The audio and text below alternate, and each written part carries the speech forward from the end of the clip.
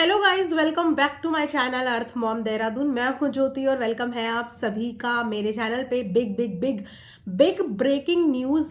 आप जानते हैं कि मेरे दिमाग में ये कल से चल रहा था, क्योंकि जब मैंने वो वीडियो देखा था उसके बाद से ही वो एग्जैक्टली टाइमिंग, वो एग्जैक्टली लाइन मेरे दिमाग में कल से चल रहा था। इसीलिए मैंने कल नाइट में कोई भी अपना रिएक्शन नहीं दिया, क्योंकि सच बताऊं कि जब मैं किसी चीज़ को लेके कंफ्यूज होती हूँ और दिल और दिमाग के बीच में फंस जाती हूँ, उस समय के लिए मैं अपने आप को रोक लेती हूँ, यानी कि होल्ड कर लेती हूँ। क्योंकि वो लाइन मैंने भी अपने कानों से सुनी थी, लेकिन तब तक मुझे इस बारे में आइडिया नहीं था कि जो कॉल और मैसेज की बात हो रही है, क्या ये एग्जैक्ट चीज़ें हुई हैं। क्योंकि ये चीज़ें एग्जैक्ट वही बता सकता है जो इन चीज़ों में इन्वॉल्व रहा हो या जिसके साथ ये चीज़ें हुई हों। अदरवाइज जब तक हमें इस चीज़ के बारे में सोर्स नहीं है, तब तक हमें ये एक एग्जाम्पल के तौर पे ही दिखता है। दिमाग खटका था, लेकिन क्योंकि सोर्सेज नहीं थे, ऐसी कोई ऑथेंटिक चीज़ नहीं थी कि जिसके लिए मैं बोल देती, लेकिन मैंने नाइट में कोई भी रिएक्शन नहीं डाला। इनफैक्ट इससे पहले वाला इससे पहले वाले रिएक्शन में भी मैंने शुरुआत में ही यही बात आप लोगों के सामने रखी कि एक बार जाके 5 से 6 दिन वाला आकांक्षा का वीडियो देख के आइए कि वो वीडियो किस वीडियो का रिएक्शन था, किस वीडियो का रिएक्शन था। और इतिहास गवाह है इस कंट्रोवर्सी में, इतिहास गवाह है कि जिस जिस इंसान ने जगत दीदी के लिए कभी ना कभी कुछ ना कुछ ऐसा वैसा बोला हो, सूनर और लेटर, इसके माध्यम से, उसके माध्यम से या किसी भी माध्यम से वो इंसान टारगेट होता ही होता है। आप अग्री करेंगे मेरी इस बात से। तो वैसे सबके नंबर लग चुके थे, सबके मतलब ऑलमोस्ट सबके नंबर लग चुके थे, लेकिन लिस्ट में एक इंसान बचा हुआ था और वो थी आकांक्षा। क्योंकि आकांक्षा ने भी कोई कसर नहीं छोड़ी थी जगत दीदी और जगत भैया के लिए रिएक्ट करने में। और यस, उसने दोनों की ही भर भर के बेइज्जती करी थी। और जिस दिन जगत भैया ने आके ये बोल दिया था कि हमारी तो कंट्रोवर्सी ही फेक है, उस समय पे क्रिएटर्स में से आकांक्षा भी उठ के आई थी ये बोलने के लिए कि अच्छा, कंट्रोवर्सी फेक थी, जो अफेयर था वो फेक था। क्योंकि ये क्रिएटर्स आपस में एक दूसरे के साथ मिले हैं, उठे हैं, बैठे हैं, जानते हैं डीप डाउन एक दूसरे को, तो हम उनकी बोली हुई बातों में फिर भी ट्रस्ट कर लेते हैं। लेकिन बैक ऑफ द माइंड जगत भैया के दिल दिमाग में, या बोलिए कि दीदी के भी दिल दिमाग में ये सब चीज़ें चल रही थी कि जब सबको आड़े हाथों लिया है तो ये क्रिएटर कैसे बच गई, इसका भी नंबर आएगा, इसका भी नंबर आएगा। और उस दिन के बाद नंबर आया पूरे 5 दिन के बाद। आप सोचिए ना कि जिस दिन जगत भैया ने इस बात को बोला कि ये सारी चीज़ें फेक थी, उसके बाद जगत भाभी, जगत बहन, सब लोगों के रिएक्शंस आए उस पर, लेकिन प्रूफ के नाम पे कोई इंसान प्रूफ नहीं दे पाया। एक ही दिन के अंदर उस मैटर को शट डाउन कर दिया। दोबारा उस चीज़ के लिए किसी ने भी अपना मुंह भी नहीं खोला। ना जगत भाभी ने उस चीज के लिए मुंह खोला, ना जगत बहन ने उस चीज के लिए मुंह खोला। प्रूफ दिखाने से साफ मना कर दिया, देने से साफ मना कर दिया, हर चीज से साफ मना कर दिया। इनफैक्ट वो प्रूफ वाला टॉपिक ही शट हो गया सिर्फ 1-2 दिन के अंदर। कैसे? देखा था ना आपने वो लास्ट वीडियो, किस तरीके से घर से दूर रह के भी प्रेशर बनाया था जगत भैया ने, राइट? उसके बाद घर वालों को तो शांत करा दिया, घर वाले तो शांत हो गए, लेकिन सोशल मीडिया पे इस बात को शांत नहीं करा पा रहे थे जगत भैया। क्योंकि सोशल मीडिया पे हर जगह, हर पैनल में, हर दो लोगों के बीच में, कमेंट्स में यही बातें चल रही थी, यही बातें चल रही थी जो कि शांत हो ही नहीं पा रही थी। अब किसी एक मुद्दे को शांत करने का सबसे बढ़िया तरीका होता है कि डाइवर्ट कर देना, डाइवर्ट कर दो चीज़ों को, ताकि ऑडियंस का फोकस उस चीज़ से हटके दूसरी तरफ चला जाए। और ये पैटर्न और ये एल्गोरिथम और ये साइकोलॉजी जगत भैया बहुत अच्छे से जानते हैं, और हर बार इस पैटर्न को उन्होंने टाइम टू टाइम फॉलो भी किया है। इनफैक्ट मुझे लगता है कि ये सारे क्रिएटर्स जितने भी हैं, जितने लोग भी कंटेंट क्रिएट करते हैं, व्लॉग्स बनाते हैं, इनको ये पैंतरे बहुत अच्छे से पता है कि अगर किसी टॉपिक को आप खत्म करना चाहते हो तो आप एक दूसरा मुद्दा क्रिएट कर दो। जो पहला मुद्दा है वो अपने आप ठंडा होके श्रिंक होके खत्म हो जाएगा। ये हर एक क्रिएटर बखूबी जानता है। इसीलिए टाइम टू टाइम उन लोगों के टारगेट लिस्ट चेंज होती रहती है। आज ये इंसान इस मुद्दे पे टारगेट है, कल वो इंसान उस मुद्दे पे टारगेट होगा, क्योंकि उन्हें करंट चीज़ों से ऑडियंस का माइंड डाइवर्ट करना होता है। और इसीलिए टारगेट लिस्ट चेंज होती है, फेवरेटिज्म चेंज होता है, ये चीज़ें होती हैं। और वही हुआ। 5 दिन के बाद जगत भैया न्यू ईयर भी अच्छे से मनाना चाहते थे, उसमें उन्हें प्रॉब्लम नहीं चाहिए थी, इसीलिए वो 31 के दिन एक बॉम्ब बना के छोड़ गए, जिस बॉम्ब के बाद सामने वाला बंदा अपने लिए रिएक्ट करेगा, अपने लिए स्टैंड लेगा, क्योंकि उन्होंने सामने वाले की अगेन दुखती नब्ज पे वार किया था। एक इंसान जो अपनी चीज़ों को लेकर सेंसिटिव है और जगत भैया को वीकनेस पता है। लास्ट टाइम भी आकांक्षा को ट्रिगर करने के लिए उन्होंने उसके प्रोफेशन पे टारगेट किया था और वो इसी चीज़ से ट्रिगर हुई थी। लास्ट कंट्रोवर्सी के टाइम पे भी उन्होंने सेम चीज़ ऐसी की, क्योंकि बाकी चीज़ें वो अगर करते तो शायद वो या तो बॉदर नहीं होती या वो खुले में आती नहीं। तो उन्होंने बहुत समझदारी के साथ, प्लानिंग के साथ उसके प्रोफेशन को टारगेट किया और एक एलिगेशन के साथ टारगेट किया, जिसके लिए एक औरत अपने लिए बोलने के लिए आती है और वो आई। लेकिन आप देखना, वो आके बहुत कुछ बोली, लेकिन जगत भैया सिर्फ एक ही चीज़ को रिपीट करते रहे, तांत्रिक तंबाकू, तांत्रिक तंबाकू, बस यही। उन्होंने इससे आगे कुछ बोला ही नहीं। वो हंस रहे थे, वो इंजॉय कर रहे थे, वो चिल थे, ना उनको किसी चीज़ की टेंशन थी, क्योंकि उनके दिल की हो रही थी। वो जो प्लान करके बैठे हुए थे वो चीज़ें हो रही थी और वो इस चीज़ को एंजॉय कर रहे थे कि ये सबका ध्यान भटक गया, सबका, किसी का ध्यान ही नहीं है और वो एंजॉय कर रहे थे। उन्हें नहीं फर्क पड़ रहा था कि सामने वाली औरत उनके लिए कितनी अपनी एनर्जी वेस्ट कर रही है या सामने लोग उनको कितनी गालियां दे रहे हैं या क्या बोल रहे हैं, उन्हें कोई फर्क नहीं पड़ रहा था।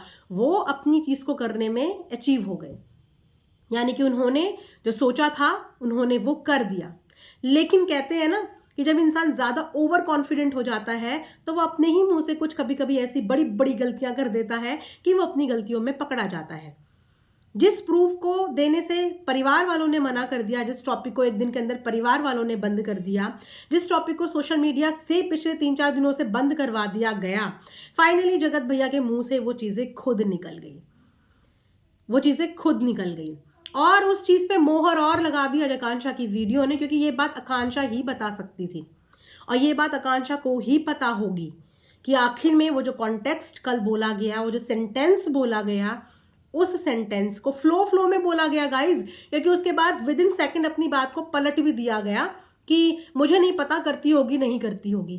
पहले फ्लो में बोल दिया, फिर फ्लो में पलट दिया, लेकिन चोर की दाढ़ी में तिनका मिल ही गया।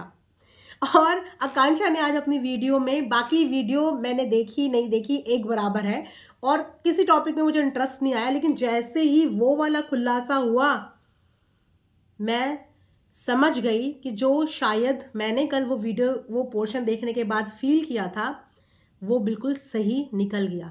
क्योंकि अगर सामने वाले ने अपना एग्जाम्पल दिया है कि यहाँ मुझे कॉल करती, तो सामने वाले को भी ये एग्जाम्पल दे सकता था कि पीछे से वहां भी कॉल करती है, यहाँ मुझे कॉल करती है, वहां उसको कॉल करती है, मुझे तो कॉल करती है, सामने वाले को मैसेज करती है, ये मैसेज करती है, ये बात कैसे पता चली?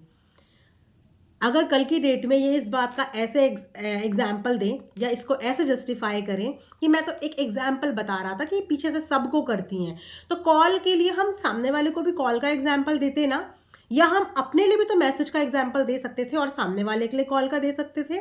इन्होंने एग्जैक्ट अपने लिए भी सच बोला कि कॉल किया और सामने वाले के लिए भी एकदम सच बोला कि मैसेज किया, क्योंकि उसने मैसेज किया और अभी एक हफ्ते पहले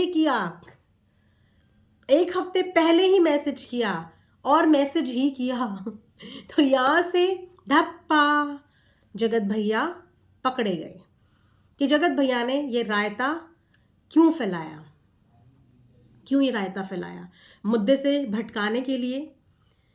लेकिन ऑडियंस मुद्दे से भटकती नहीं। अगर ये कंट्रोवर्सी अगले 2 दिन भी चलती, 3 दिन भी चलती, 4 दिन भी चलती, तो भी ये चीज़ें वापस से वहीं पे आती, क्योंकि ये एक ऐसा टॉपिक है ही नहीं जिससे आप दुनिया को भटका दो, क्योंकि अभी बहुत सारी चीज़ों के जवाब बाकी हैं। आप ऐसा नहीं कर सकते कि कोई चीज़ आधी अधूरी सोशल मीडिया पे बोल के चले गए और आप ये एक्सपेक्ट करें कि उनके जवाब हम दें या ना दें, ये हमारी चॉइस है, ये हमारी मर्जी है।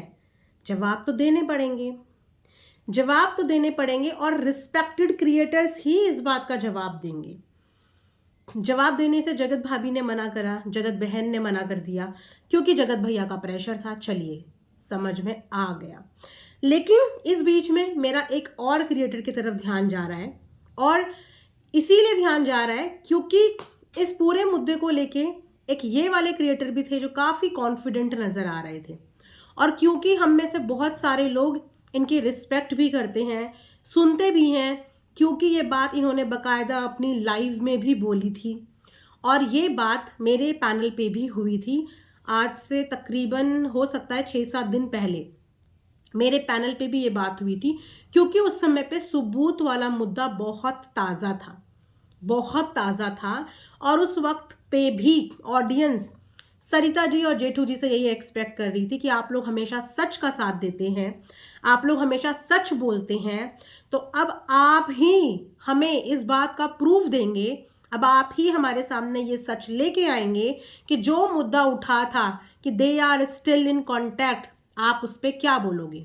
उस वक्त पे उन्होंने लाइव में भी और अपनी लाइव में भी और बहुत सारी जगह कमेंट करके ये बात बोली थी कि जिस दिन हमें प्रूफ मिलेंगे और जिस दिन हमें पता चल जाएगा, हम डंके की चोट पे आके ऑडियंस के सामने वो बात रखेंगे। हम इससे भी बात करेंगे, हम उससे भी बात करेंगे।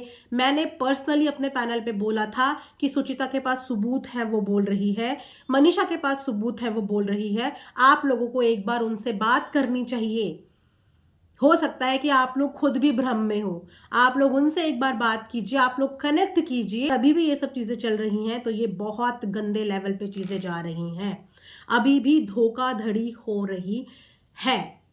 तो उन्होंने इस बात का आश्वासन इस पब्लिक प्लेटफॉर्म पे दिया था हम सबको कि वो इस बात की गारंटी लेते हैं और वो हम लोगों के सामने ट्रांसपेरेंसी लेके आएंगे। 1 दिन बीत गया, 2 दिन बीत गया, 3 दिन बीत गया, मुद्दा ही पलट गया, मुद्दा ही पलट गया, लेकिन अभी तक इनकी साइड से इस चीज़ से रिलेटेड कोई भी वीडियो नहीं आई। मैं आज पूछना चाहूँगी आपसे, क्योंकि पूछने में किसी की कोई भी मनाही नहीं है, पूछने में कोई छोटा या बड़ा नहीं होता, पूछने में कोई छोटा क्रिएटर बड़ा क्रिएटर ये हम इनकी रिस्पेक्ट करते हैं वो नहीं होता। मुझे लगता है पूछने में किसी की डिसरिस्पेक्ट भी नहीं होती। और अगर मेरे दिमाग में कोई भी बात आज कल या परसों भी किसी से रिलेटेड आती है तो मैं वो पूछती हूँ, बिना ये सोचे समझे हुए कि सामने वाले को एट प्रेजेंट वो चीज़ें बुरी लग रही हैं या भली लग रही हैं। अपने सेटिस्फैक्शन के लिए, अपने ऑडियंस के सेटिस्फैक्शन के लिए मैं पूछ देती हूँ कि कहाँ है आपकी उस बात पे चर्चा, कहाँ है उस बात पे आप लोगों के वो प्रूफ्स जिसका दावा आप लोगों ने किया था कि आप लोगों को इस बात का कोई भी कंक्लूजन मिलेगा, आप इस तह तक जाएंगे। आपने मेक श्योर किया था ऑडियंस को कि आप इस बात के तह तक जाएंगे और इस बात की चीज़ें निकाल के हम लोगों के सामने रखेंगे कि हाँ, इस बात की हकीकत ये है। आपके पास क्या आया, क्या नहीं आया, आज पूरे 5 से 6 दिन हो गए हैं, लेकिन आप लोगों की तरफ से इस टॉपिक को लेके कोई भी बातचीत नहीं आई। आई डिमांड कि आप इस चीज़ के बारे में ऑडियंस को क्लैरिटी दें, क्योंकि एक बार फिर जाने अनजाने, इंटेंशनली अनइंटेंशनली, कुदरत का करिश्मा बोलिए या ऑडियंस की शक्ति बोलिए, उनका विश्वास बोलिए, कि फिर से एक बार सच सामने आ गया, फिर से एक बार चीज प्रूव हो गई कि ये दोनों लोगों को टारगेट मिलजुल कर करते हैं। और इस पूरी भीड़ में सारे क्रिएटर्स टारगेट हो रहे हैं, सिवाय 1-2 को छोड़ के। तो अगर वो आज नहीं हुए तो वो भी होंगे अगर एक बार उन लोगों ने भी किनके खिलाफ आवाज उठा दी, क्योंकि उनके खिलाफ जिसने आवाज़ उठाई है वो टारगेट हुआ है, चाहे वो एक छोटा सा मैसेज करने वाला, कमेंट करने वाला व्यूअर हो, एक छोटा बड़ा कैसा भी रिएक्शन चैनल हो, क्रिएटर हो, कोई भी रैंडम इंसान हो, अगर उसने कुछ बोला तो आज नहीं तो कल वो उस लिस्ट में शामिल है कि ये इंसान टारगेट होगा। तो अब बाकी आप लोग समझदार हैं। मैं ऑडियंस के लिए ही ये डिमांड कर रही हूँ कि हमें इस बात से ट्रांसपेरेंसी चाहिए। और सरिता जेठू जी, काफ़ी दिन हो गए, अब आप लोग या तो अपनी बोली हुई बातें वापस लीजिए, ये ऑडियंस को बताइए कि आप लोगों ने बैक कैमरा, ऑफ कैमरा जो कमिटमेंट ऑन कैमरा हमसे किया था, बैक कैमरा आपने इस चीज़ के लिए क्या एक्शन लिया और आपने क्या किया। क्योंकि आप बहुत रिस्पॉन्सिबल हैं और आपको रिस्पॉन्सिबल लोग समझते भी हैं, तो आपसे एक रिस्पॉन्सिबल आंसर का हम लोग यहाँ पे वेट करेंगे। ठीक है, तो ये रिएक्शन वीडियो सिर्फ इतना ही। इसके अलावा जो भी वीडियो नेक्स्ट आएगा उसके ऊपर मैं रिएक्शन दूंगी। तब तक आप लोग अपना ध्यान रखिए, ठीक है, और कमेंट सेक्शन में कमेंट करके ज़रूर बताना कि अब आगे की कहानी क्या हो सकती है। ये वीडियो यहीं पे एंड करती हूँ। Thanks for watching earth mom Dehradun.